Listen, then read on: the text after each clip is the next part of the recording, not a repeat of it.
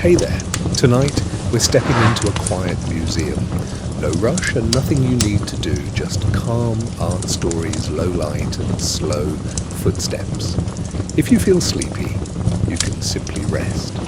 We'll move gently, one quiet room at a time. We are going to spend some time tonight walking through a very special collection. It belongs in a way to one painter, a man who worked with his hands and his heart, who spent long evenings looking at the sky, and who filled canvas after canvas with colour and light. His name is Vincent van Gogh. You may already know it, you may have heard it spoken quickly, the way names are sometimes rushed past. But tonight, we say it slowly. Vincent van Gogh. We give it room to breathe. Take your time settling in. There is no need to stand up straight or pay close attention. You are welcome to lie down, to close your eyes, to let the words come to you softly, like the sound of a distant room. The museum we are walking through tonight is imaginary, which means it can be exactly as calm as you need it to be. The lighting is low and warm. The floors are made of wide wooden planks, and they make a soft sound when you walk. There are no crowds here, no echoing voices, just you and the paintings, and a guide who will speak quietly beside you. We will look at a handful of paintings tonight, not many. We are not rushing, we are strolling. There will be long pauses in front of each work. There will be time to simply look, or to imagine looking, or to let the colours drift gently behind your closed eyes. Vincent van Gogh was born in the Netherlands in 1853, but we are not going to spend much time with dates tonight. Dates can feel sharp and quick. Instead, we are going to spend time with rooms, with windows, with the particular way light behaves at night, when everything is a little softer, a little more forgiving.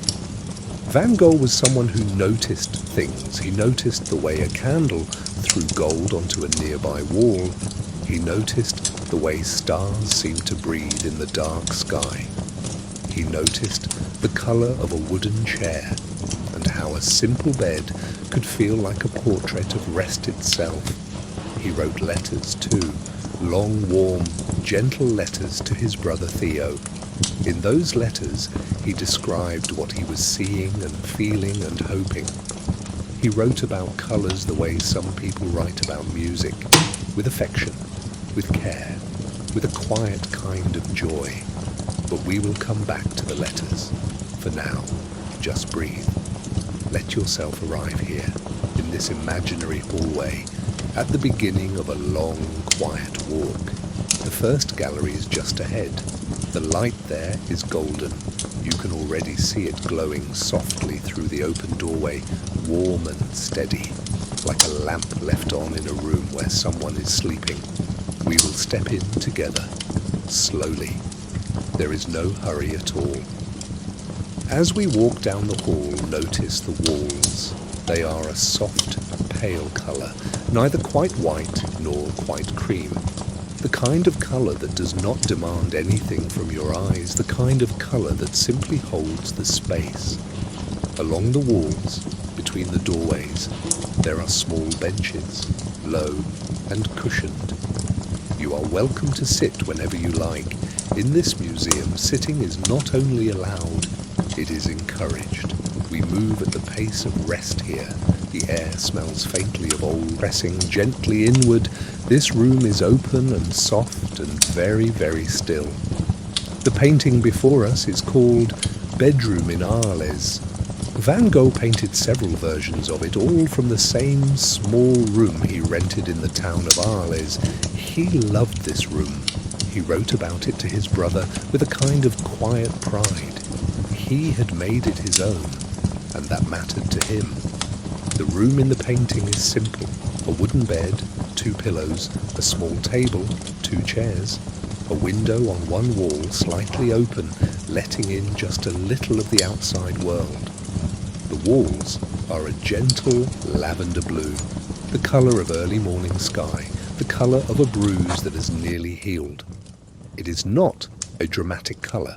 It is a resting colour, a colour that asks nothing of you. The floor is a light reddish brown, warm and wooden. The door at the back of the room is pale green. The shuttered window is also green. Everything here is in conversation with everything else. The colours have been chosen carefully, not to shout, but to hum. Take your time looking at the bed. It is not grand. It is a simple wooden frame, sturdy and low, covered with a red blanket. The two pillows are white, slightly yellowed at the edges, the way pillows get when they have been used and washed and used again. They are real pillows, the kind you sink into. Above the bed, on the wall, there are small paintings hung at slight angles, not aligned perfectly, just placed, the way you might place pictures in a room you actually live in, the way things settle when a space becomes a home. On the small table near the window there is a pitcher and a basin for washing. There is a bottle, perhaps with water or oil, a few small objects that belong to the everyday life of a person living simply, attending to their days, taking care of themselves quietly. Van Gogh said that he painted this room to express rest, not activity, not drama, rest. He wanted the viewer to feel, standing in front of the canvas, that here was a room where the mind could stop, where everything outside could be set down just for a while. He succeeded, I think. Looking at this painting, there is a feeling of permission to stop, permission to be still, permission to lie down and let the day end.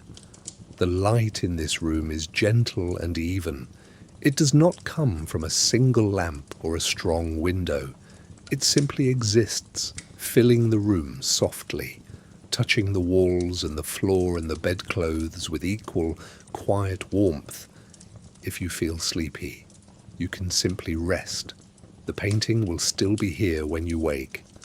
We will still be in this soft blue room with the lavender walls and the wooden bed and the two white pillows that have been waiting all along for someone to rest their head.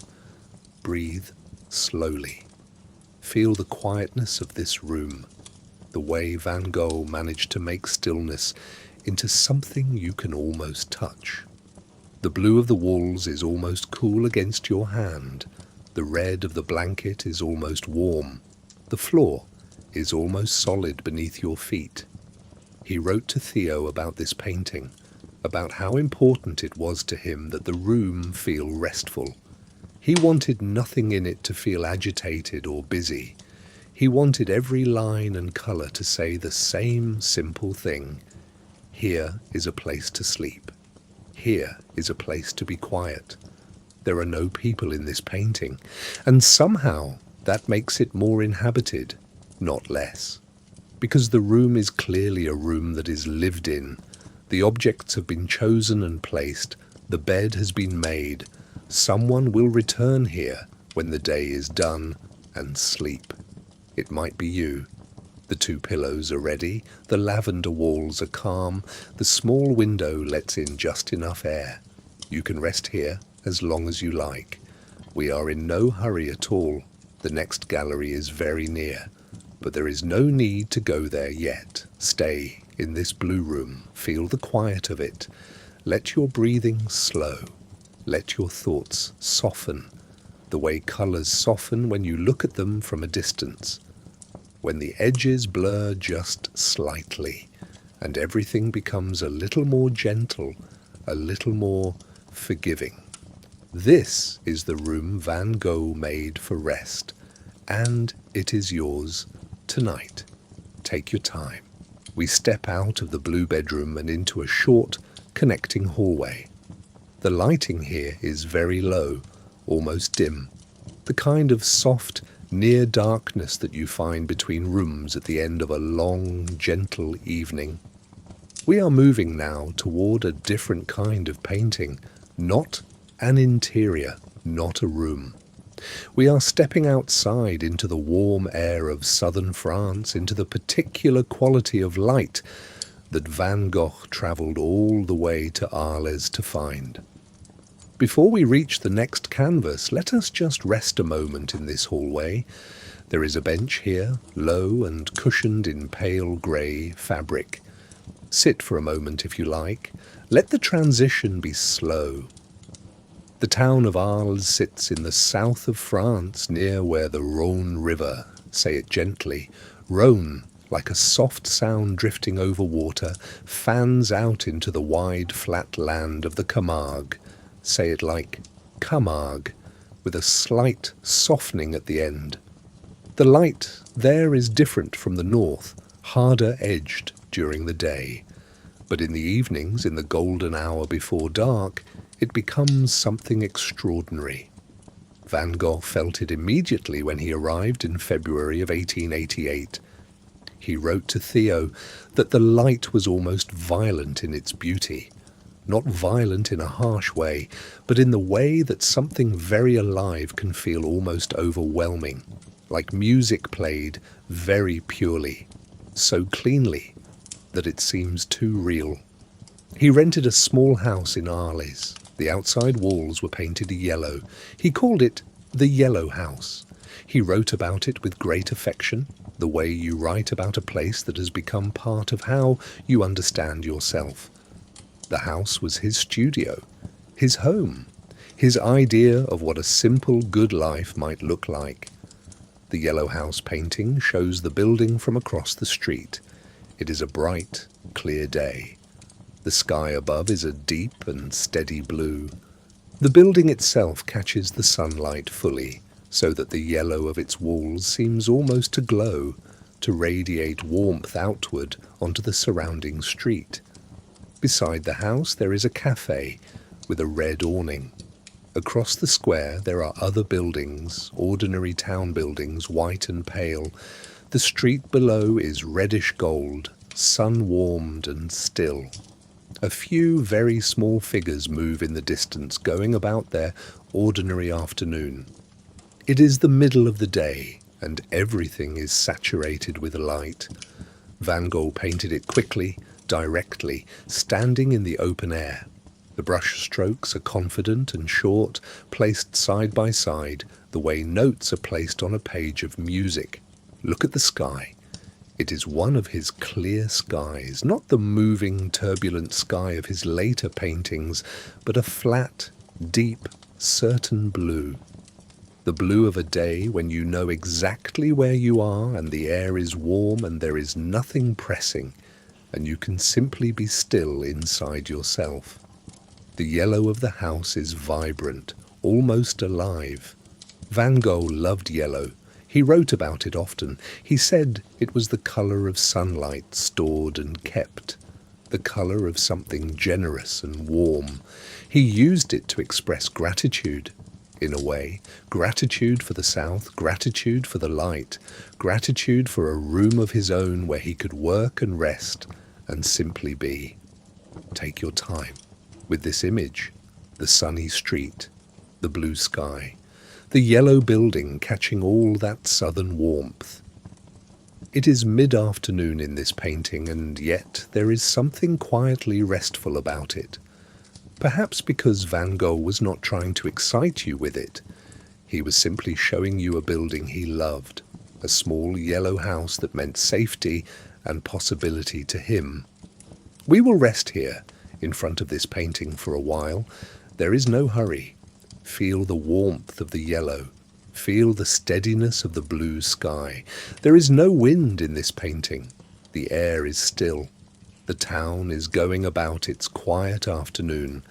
And somewhere inside that yellow house, a painter is preparing his canvases, cleaning his brushes, planning the next day's work with a quiet and focused kind of peace.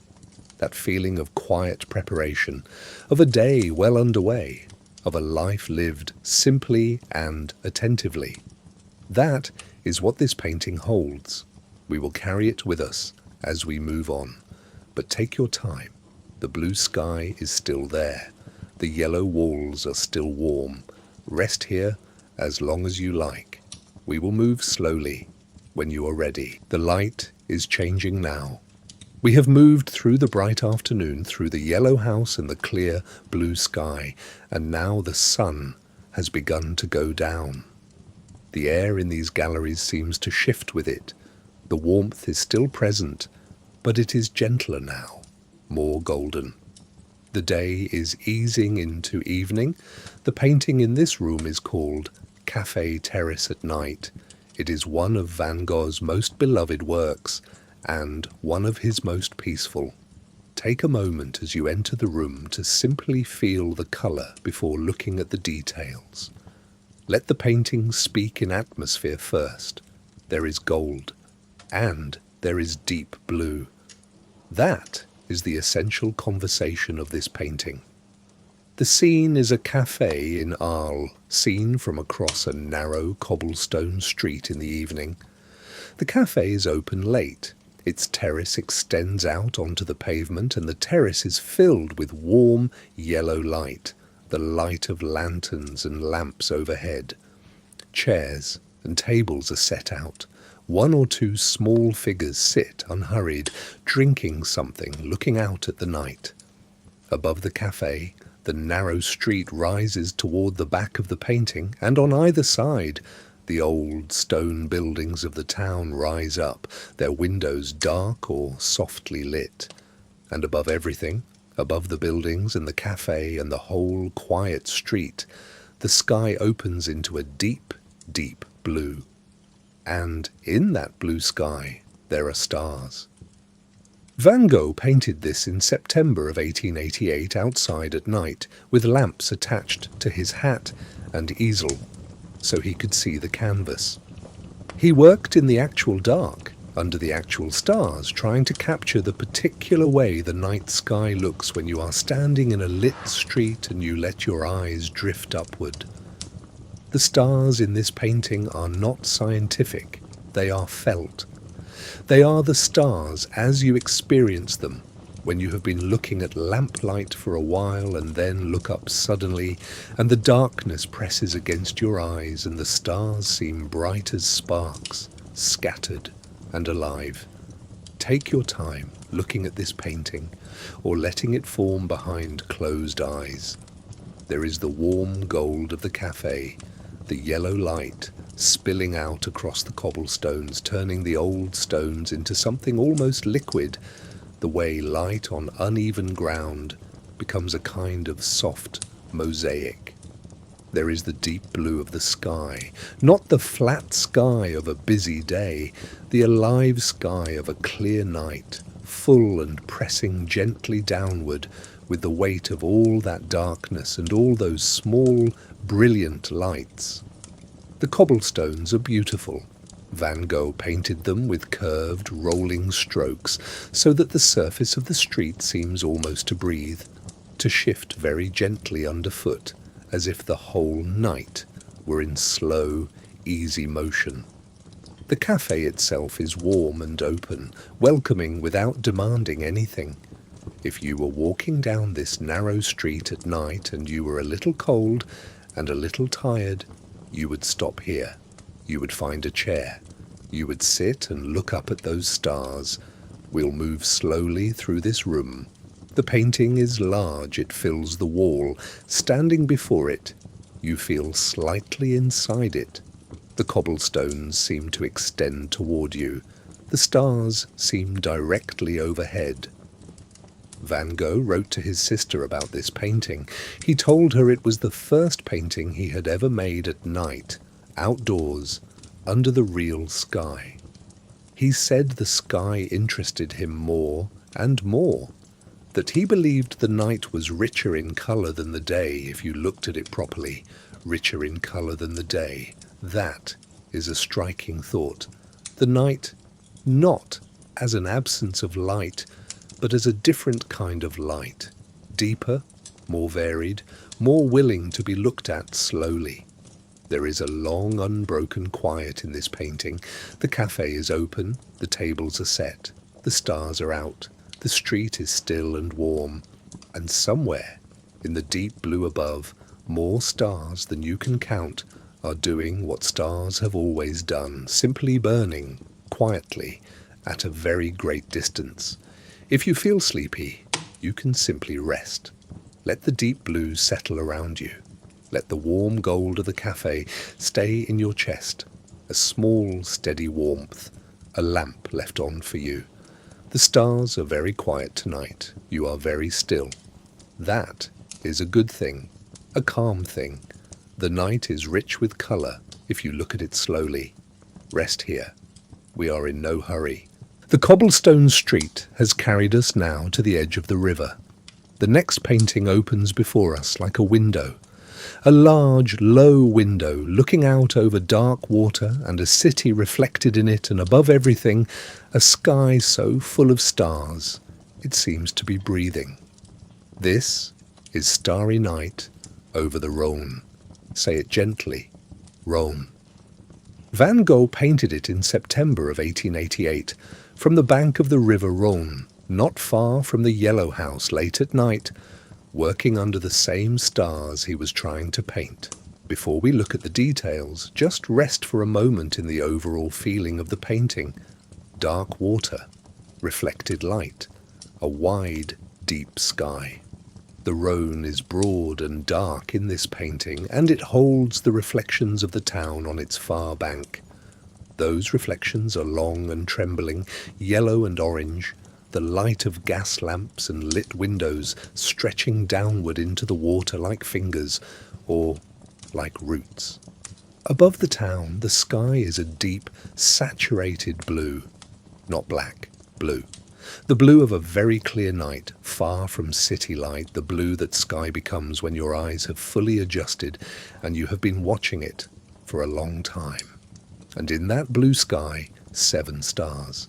Van Gogh painted those stars large and full, each one surrounded by a soft, circular halo of light. They are not pinpoints, they are presences. They seem warm, almost, the way very bright stars sometimes seem in a very cold, clear sky.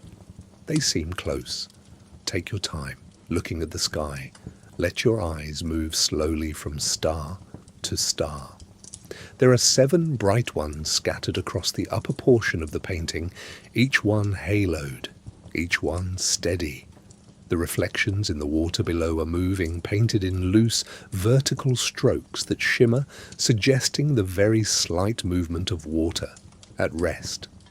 The surface of the river is not still exactly, but not turbulent. It is the surface of water on a calm night, barely shifting, just enough to make the lights dance a little. On the near bank, very small in the lower left corner of the painting, 2 figures stand close together. They are not identified, they are simply there, a woman and a man perhaps, standing at the edge of the river at night, looking out at the water or the stars. Their smallness against the wide, dark water and the wide, dark sky gives you a sense of scale. The world is large, the night is large, and yet here are 2 small people, together, looking at it. That is a very gentle image. Van Gogh often put small figures in his landscapes, not to make them the subject, but to give the landscape a sense of being witnessed. Someone is here. Someone is looking. The beauty does not go unseen. Take your time with those 2 figures, with their smallness, with the fact that they are together. The water in the foreground is painted in long, curving strokes, dark blue and dark green, occasionally catching a thread of gold where a reflection passes through. Below your feet, if you were standing on that bank, the water would be very cool and the ground would smell of river mud, and the night air would be sharp and clean. Above you, those 7 stars. Van Gogh wrote to Theo about this painting. He said he had a tremendous need for what he called simply religion. He used that word loosely, not in a formal sense, but to mean something like the feeling of being connected to something larger than yourself, something calm and immense and permanently present. He found that feeling in the night sky. Looking at this painting, it is easy to understand. The sky is not frightening in this painting. It is not overwhelming. It is simply very present, very wide, very full of quiet light. 7 stars breathing gently. Dark water carrying reflections. 2 small figures together at the edge. And you, in this gallery, standing before it all, breathing slowly. If you feel sleepy, you can simply rest. Let the dark blue settle. Let the stars burn gently at their great distance. Let the river carry the lights downstream in long, slow, trembling lines. We are almost to the middle of our walk now. The next room is a resting room, a place to pause and breathe and gather all the things we have seen so far. But for now, stay here by the river. The stars are out, the water is moving, just barely. Everything is very still and very beautiful. Take your time. We have arrived at the middle of our walk. This room is different from the others. It is a resting room, a long room with low benches along both walls, and on those walls, not paintings, but something quieter. Soft reproductions of details. Corners of paintings you have already seen, a fragment of the night cafe's amber light, a patch of the bedroom's lavender wall, a stretch of the starry river, seen up close. This is a room for pausing. You do not have to look at anything carefully here.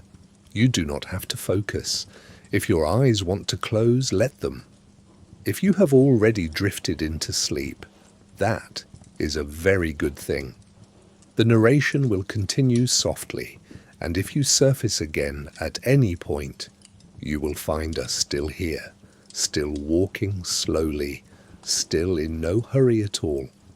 Let us take a few moments to remember very gently where we have been. We began in the entrance hall, stepping into the cool and quiet of this imaginary museum. We let the day fall away from us. We moved slowly. We gave ourselves permission to rest. Then we stood before the night cafe. Do you remember the amber light, the gas lamps with their soft halos pressing gently outward into the red and gold and green of that late-night room?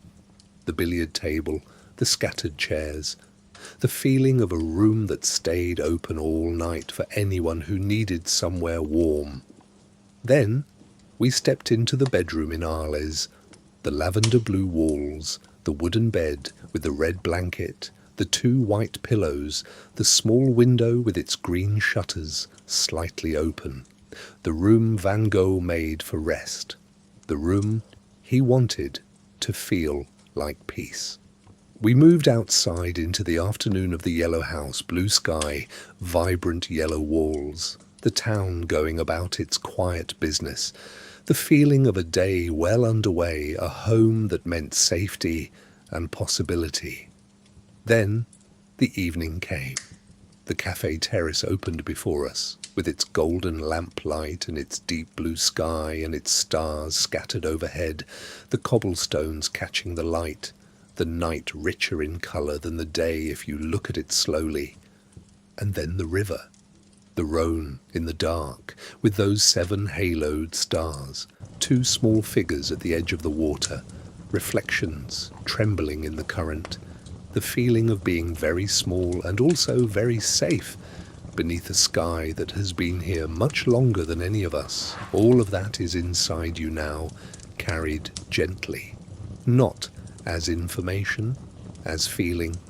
Take a slow breath, feel the softness of all those blues, the lavender of the bedroom, the cobalt of the cafe terrace, the deep river blue of the Rhone at night. Feel the warmth of the yellows, the amber of the cafe lamps, the golden walls of the house in the southern sun, the trembling reflections in the dark water.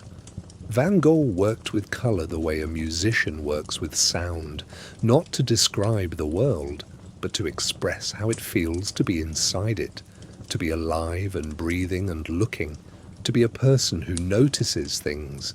He was a person who noticed things. And tonight, in this quiet museum, so are you. You noticed the lavender walls, the halos around the stars, the two small figures by the river, the cobblestones catching the spilled lamplight. You have been paying a very gentle kind of attention. That is a beautiful thing. Rest here for a while, the benches are comfortable, the lighting is very low, there is no music, just the soft, almost sound of a very quiet building, the slight settling of old floors, the distant impression of outdoor air. Breathe slowly. In this resting room between the paintings, in the soft middle of our walk, there is nothing required of you. You can let your thoughts drift. Let the colours move behind your eyes in whatever order they prefer. The gold of the cafe, the blue of the river, the red blanket on the simple bed. There are more rooms ahead, more paintings, more of Van Gogh's quiet, attentive world. The most famous of his paintings waits for us in the next gallery, the one with the swirling sky. You may already know it. We will visit it gently, slowly, without any rush. But there is no need to think about that yet. For now, this resting room, the low light, the soft reproductions on the walls, the fragments of colour from the rooms you have already walked through. If you feel sleepy, you can simply rest. You can let the remaining rooms wait for you, patient and unhurried, glowing softly in the galleries ahead. They are not going anywhere. Neither are you. Take your time. Breathe slowly. We are exactly halfway through our quiet walk, and everything is very still. When you are ready, we will move on. The next gallery takes us to a different place. Not the warm south, not Arles with its summer light. We are moving north now, in the paintings at least, to a small town in France called Auvers-sur-Oise. You can say it gently, Auvers-sur-Oise. It is a quieter place. The light is softer there. The fields are wide and open. Van Gogh moved to Auvers in the spring of 1890. He had been living further south, and he moved north to be closer to a doctor who was also a great lover of art. The town was simple and small. It had a church. The church is the subject of the painting we stand before now, the church at Auvers. It is painted in the evening, or perhaps in the last long afternoon light of a summer's day. The sky behind the church is a deep navy blue, not quite night, not quite day. The transition hour, the church itself is old. It is a medieval church, solid and stone, and Van Gogh has painted it with slightly wavering lines, so that the walls seem not rigid but almost alive, as if the stone itself is breathing in long, slow, quiet breaths. The roof is a blue so deep it is almost the same shade as the sky, so that from a distance the church and the sky seem to belong together, seem to be the same substance. In front of the church the path splits. A small woman walks along one fork of the path away from us, moving into the painting. She is very small. She carries something. She is going somewhere. She does not hurry. The grass around the church is a deep, saturated green. Not the grass of full summer midday, the grass of late afternoon, when the colour has deepened and everything in the world seems to have settled into itself. There are no other people, just the small walking figure and the old stone church and the sky that is almost night. Take your time, looking at the church. Let your eyes travel up the old stone walls to the roof, to the place where the deep blue roof meets the deep blue sky. Van Gogh painted many works in Auvers.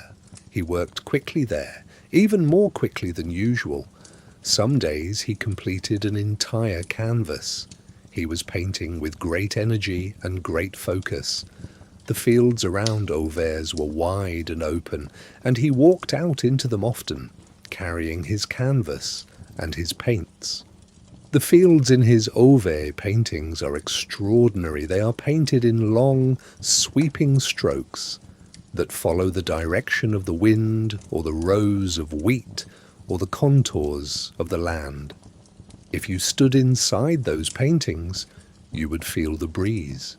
You would feel the particular openness of flat land under a wide sky. But tonight, we stay with the church. There is something very calm about this painting. The solid old building, the deepening sky, the small woman on the path going about her evening, the grass gone deep green in the softening light. It is a painting about time, about a building that has stood in this same place for centuries and will stand for centuries more, about the way certain things remain while everything else moves around them. The church does not need you to look at it. It has been looked at by very many people over a very long time, but it is patient with your gaze. It holds still for you. You can rest against that solidity for a moment. Let the old stone support you. Let the deep blue sky settle overhead. Let the small figure on the path move slowly away until she is just a soft shape at the edge of the painting. Everything in this painting is moving slowly. The sky is darkening by a single degree at a time. The grass is breathing. The church is utterly still. Take your time. We will stand here for a while and let the evening come in over the old stone walls and the deep blue roof and the wide open grass. Breathe slowly. The path ahead of us continues into the fields. But for now, just the church, just the evening, just the very quiet sound of an old building resting in the last light. We'll move gently when you are ready. Between the galleries there is a small alcove, a side room almost. It is lit differently from the others, warmer, like a reading room in a private house or the corner of a library where someone has left a lamp on. In this alcove, there are no paintings on the walls. Instead, there are pages, reproductions of letters written in a small, neat hand, filled with words in Dutch, in French, in the private language of one brother writing to another. These are the letters from Vincent to Theo. We do not need to read them carefully. We are not here to study.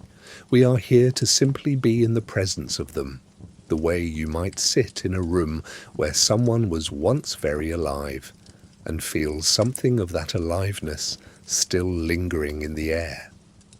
Vincent wrote to his brother Theo for most of his adult life.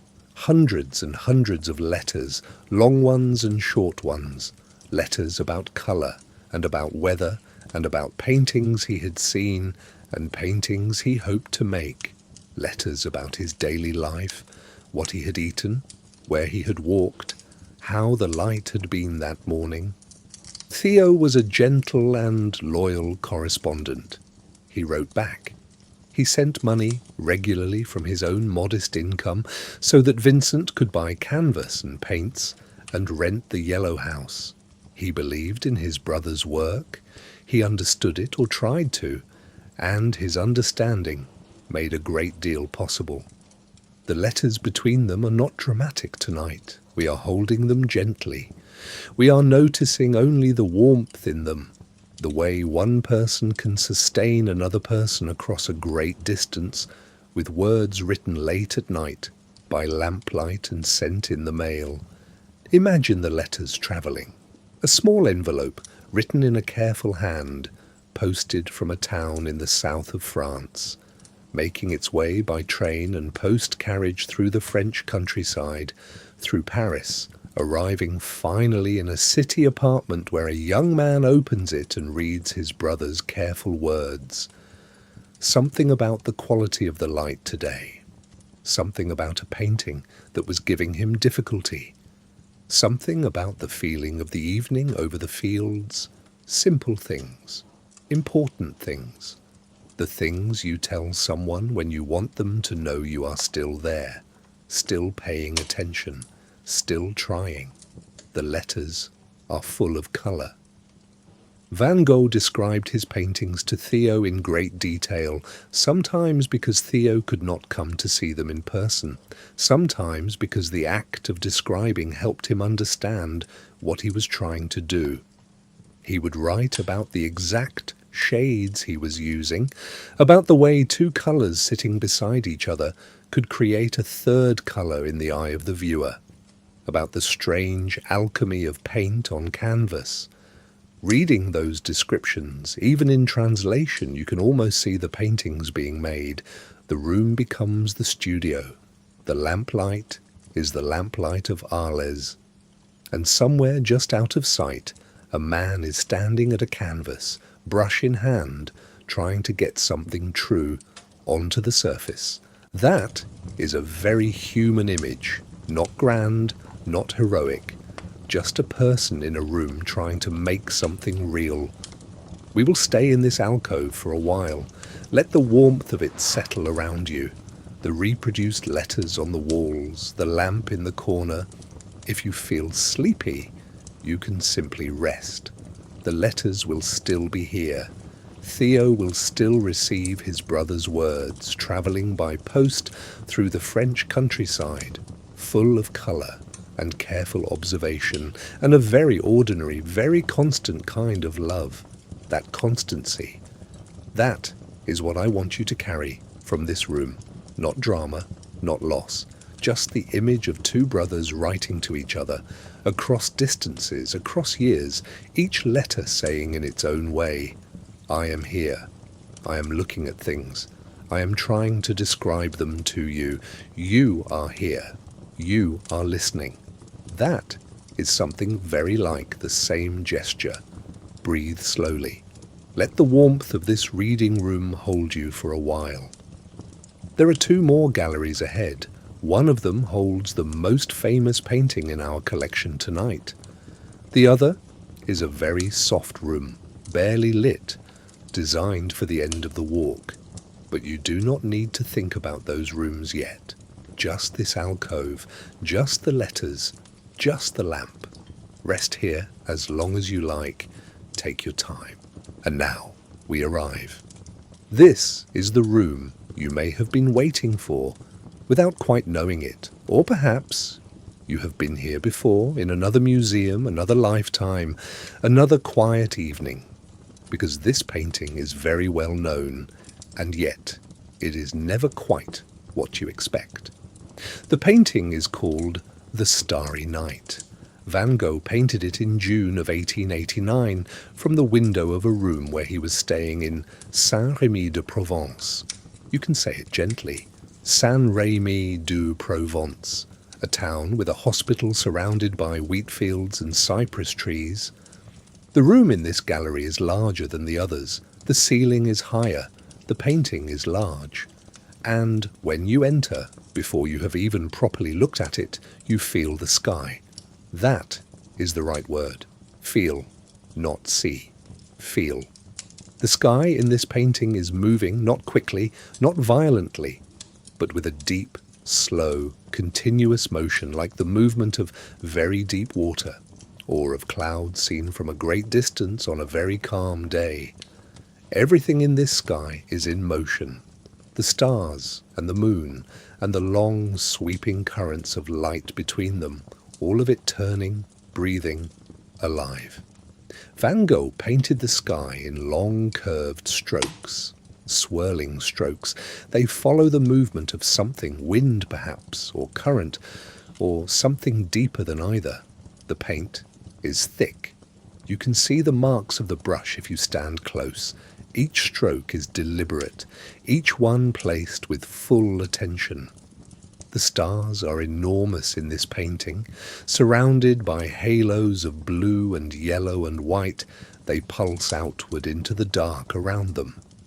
The moon, in the upper right, is a crescent shape but haloed so thickly it looks almost like a sun, its light spreading across the upper portion of the sky in long, slow waves. Below the sky, a small town lies asleep. Take a moment to find the town. It sits in the lower portion of the painting in a valley between hills.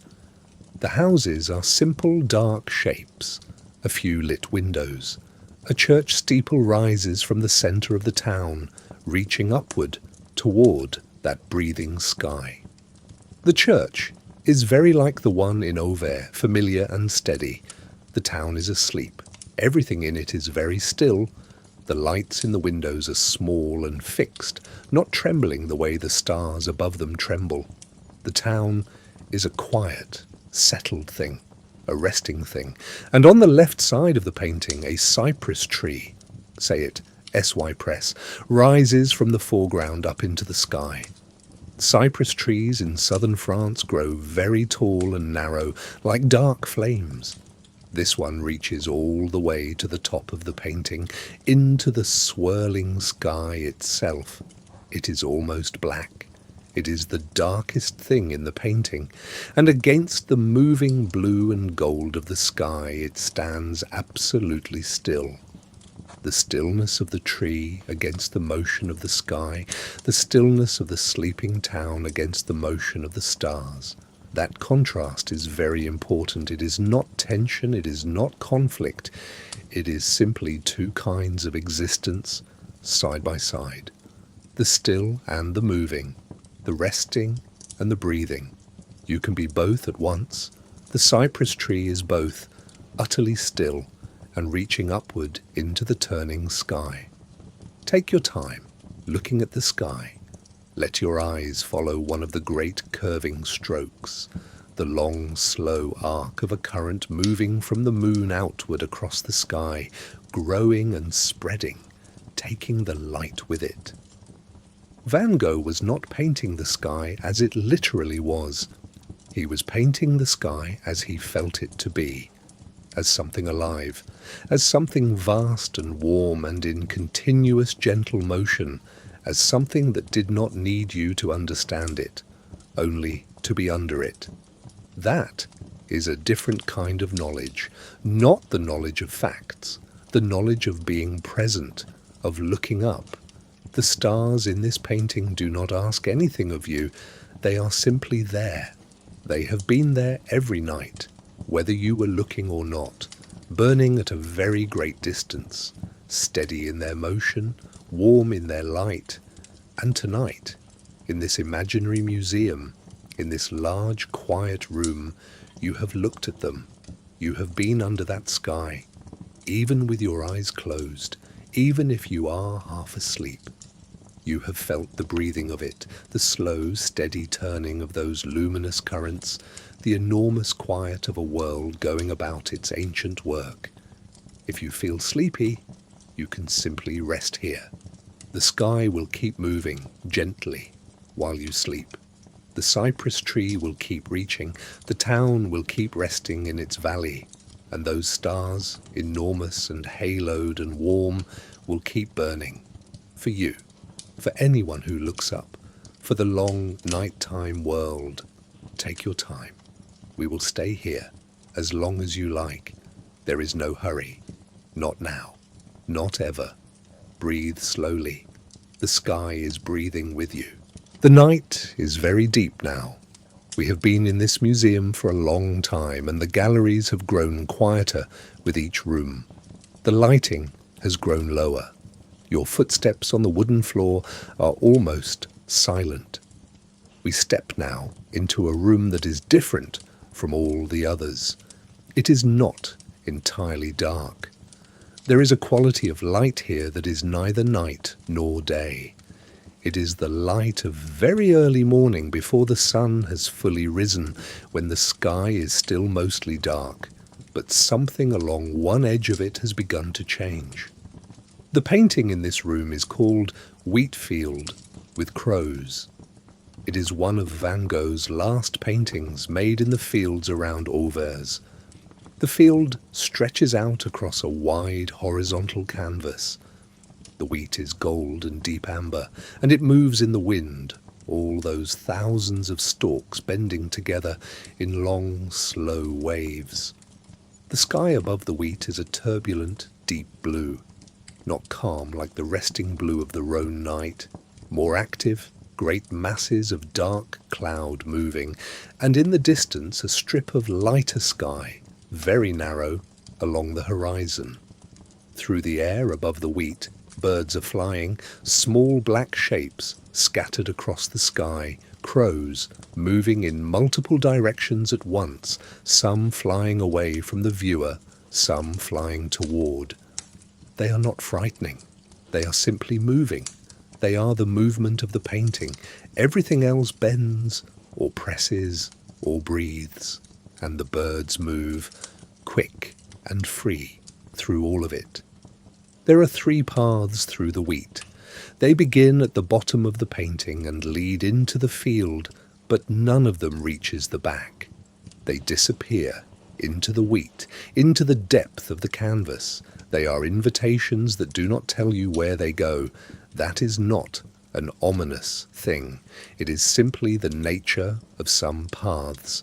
They lead into things, into the field, into the morning, into whatever comes next. You cannot see all the way to the end of them, but they are there, and they are clear, and they begin where you are standing. Van Gogh was at Over for about 70 days. In those 70 days, he painted approximately 80 canvases. That is an extraordinary number. He was working with tremendous energy and focus. The fields around Auvers gave him space. The wide sky gave him room to paint the sky again, as he had in the starry night, as moving, as vast, as endlessly present. The wheat in this painting is beautiful, golden and amber and bending. If you were standing at the edge of this field, you would hear the sound of all those stalks moving in the wind. A soft, continuous rushing sound, the sound of a great number of small things moving together in the same direction. That is a very calming sound. Let it be present in the room for a moment. The soft rushing of the wheat, the dark birds moving freely through the wide sky, the paths leading in, leading forward, leading into the gold. Van Gogh wrote to Theo about the fields at Auvers. He wrote that he found them calming and that the open space was good for him. He said the landscape was beautiful in a way that was very plain. Not dramatic, just wide and real and there, wide and real and there. That is a lovely description of something beautiful, something that does not ask to be understood, something that simply is. The wheat field is wide and real and there. You are wide and real and there, breathing slowly in this quiet room at the end of a long and gentle walk through the colours and the rooms and the skies of one painter's extraordinary attention. Take your time here. There is no need to rush toward morning. The sky is still mostly dark. That narrow strip of lighter sky along the horizon is just beginning to suggest what is coming. But it is not here yet. For now, just the wheat, the paths leading in, the birds moving freely, the sound of all those golden stalks bending together in the wind. You can close your eyes and hear it. You can feel it, wide and real and there. Rest here for as long as you need. One more room awaits us, the softest room, the last room, a room designed entirely for the end of things, for the gentle close of a long, quiet evening. But do not hurry toward it. The wheat field is still here, the sky is still full of birds, the paths are still leading forward into the gold. Rest, breathe. Let the rushing of the wheat be the last sound you hear before we move on. Everything is very still. You are very still. That is a good thing. Take your time. We are here. This is the last room. It is very different from all the others. There are no large canvases here. The walls are soft. The lighting is so low it is almost not there. There is one painting and it is small, hanging at eye level on the far wall, and even from a distance you can see that it is mostly blue. Come slowly. There is no hurry in this room. There is especially no hurry here. This room was made for the very end of a long, quiet walk. It was made for the moment when you have seen many beautiful things and absorbed many colours, and now your eyes and your mind and your body are ready, finally, to rest completely. Take small steps. The floor is very soft here. The air is still. The small painting on the wall is of a night sky over a very flat landscape, just the sky and just the horizon, and between them a single star. Not a bright star, a modest star, a star that has been burning quietly for a very long time without needing to be noticed. There are no halos around this star, no swirling currents in the sky, just the deep blue and the dark horizon, and that single, quiet point of light. It could be any night. It could be tonight.